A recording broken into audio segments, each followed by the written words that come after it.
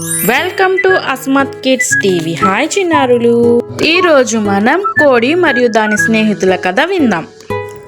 ఒక చిన్న పల్లెటూరిలో పొద్దున్నే సూర్యుడు ఉదయిస్తుండగా ఒక చిన్న కోడి నేల మీద గింజలు వెతుక్కుంటూ తిరుగుతుంది. అప్పుడే ఆ కోడికి ఒక మెరిసే గోధుమ గింజ కనిపించింది. అయ్యో, ఎంత బాగుంది గోధుమ గింజ! దీన్ని నాటితే పెద్ద మొక్క అవుతుంది కదా. అమ్మ కోడి ఆనందంగా తన స్నేహితుల దగ్గరకు పరిగెత్తింది. మొదట కుక్క దగ్గరకు వెళ్ళింది. స్నేహమా, ఈ గోధుమ గింజను నేలలో నాటుదామా? నువ్వు సహాయం చేస్తావా? అయ్యో, నాకు నిద్ర వస్తుంది, నువ్వే నాటు. తర్వాత పిల్లి దగ్గరకు వెళ్ళింది.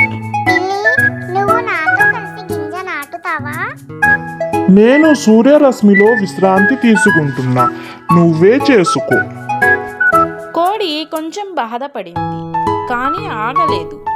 కోడి ఒంటరిగానే గోధుమ గింజను నాటింది. ప్రతిరోజు నీళ్లు పోసింది, ఎండలో వానలో కష్టపడి చూసుకుంది. కొన్ని రోజుల్లో చిన్న మొక్క వచ్చింది. మరిన్ని రోజులు గడిచాక పెద్ద గోధుమ మొక్కగా మారింది. ఇప్పుడు గోధుమ కోయాలి, ఎవరు సహాయం చేస్తారు? కుక్క పిల్లి ఇద్దరూ మళ్ళీ తిరస్కరించారు. అమ్మ కోడి ఒంటరిగానే కోసింది, గింజలు తీసింది, పిండి చేసుకుంది, రొట్టెలు వేసింది. రొట్టెల వాసన గ్రామమంతా వ్యాపించింది.